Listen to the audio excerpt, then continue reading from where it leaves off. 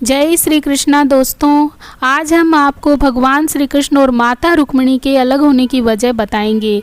क्या वजह थी भगवान श्री कृष्ण और माता रुक्मिणी को पूरे 12 वर्ष के लिए एक दूसरे से अलग रहना पड़ा, आइए जानते हैं।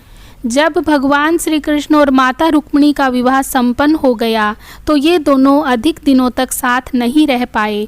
भगवान श्री कृष्ण और रुक्मिणी से एक ऐसी गलती हो गई जिसके कारण दोनों को 12 वर्ष के लिए अलग होना पड़ा। यह समय दोनों के लिए बहुत ही कष्टप्रद रहा। बावजूद भगवान श्री कृष्ण और रुक्मिणी ने इस कष्टप्रद समय को भी प्रसन्नता के साथ काटा। अलग होने के पीछे ये बड़ी वजह थी।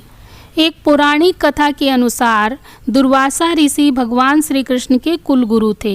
श्री कृष्ण दुर्वासा ऋषि का बेहद आदर और सम्मान करते थे। विवाह के बाद भगवान श्री कृष्ण को रुक्मिणी को कुलगुरु का आशीर्वाद दिलाने का विचार आया। रुक्मिणी की भी इच्छा जागृत हुई। शुभ मुहूर्त में भगवान श्री कृष्ण रुक्मिणी को लेकर दुर्वासा ऋषि के आश्रम पहुँचे। दुर्वासा ऋषि का आश्रम द्वारिका से कुछ ही दूरी पर स्थित था।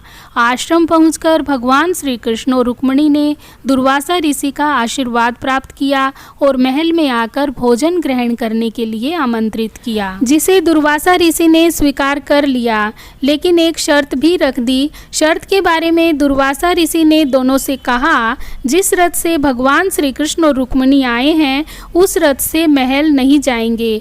वे तभी महल जाएंगे जब उनके लिए नया रथ मंगवाया जाएगा। भगवान श्री कृष्ण ने रुक्मिणी के मुंह की तरफ देखा और दुर्वासा ऋषि के सम्मुख हाथ जोड़कर कहा कि गुरुवर, आप जैसा चाहते हैं वैसा ही होगा। आपके लिए अभी नए रथ का प्रबंध करता हूँ। भगवान ने नए रथ का प्रबंध कर दिया, लेकिन एक ही रथ होने की वजह से भगवान श्री कृष्ण ने रथ के दोनों घोड़ों को निकाल दिया और उनकी जगह श्री कृष्ण और रुक्मिणी स्वयं रथ में जुट गए। ऐसा करने के बाद दोनों ने दुर्वासा ऋषि को रथ पर आने की प्रार्थना की। इसके बाद दुर्वासा ऋषि रथ पर सवार हो गए और भगवान श्री कृष्ण और माता रुक्मिणी मिलकर रथ को खींचने लगे। लंबी दूरी तय करने के बाद माता रुक्मिणी को प्यास सताने लगी। भगवान ने रुक्मिणी को धैर्य रखने के लिए कहा और बोले कि कुछ दूर और रथ को खींच लो, इसके बाद महल आ जाएगा।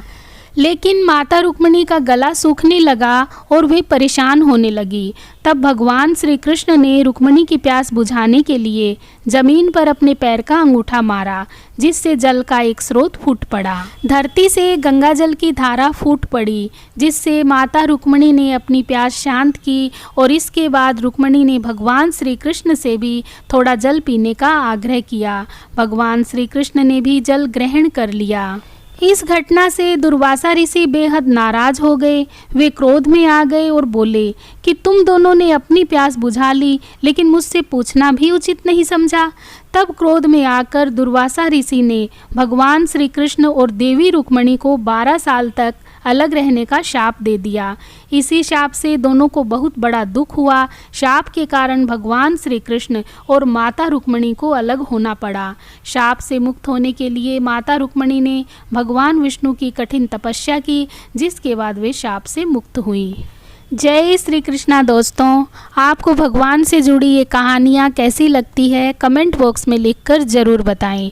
यदि आप चैनल पर नए हैं तो प्लीज़ मेरे चैनल को सब्सक्राइब कर लीजिए और बेल आइकन भी दबा दीजिए, ताकि आने वाली सारी वीडियोज़ की नोटिफिकेशन आपको मिलती रहे। और हाँ, आप कोई नई कहानी सुनना चाहते हैं तो प्लीज़ मुझे कमेंट बॉक्स में लिखकर बताएँ, मैं आपको सुनाने की पूरी कोशिश करूँगी।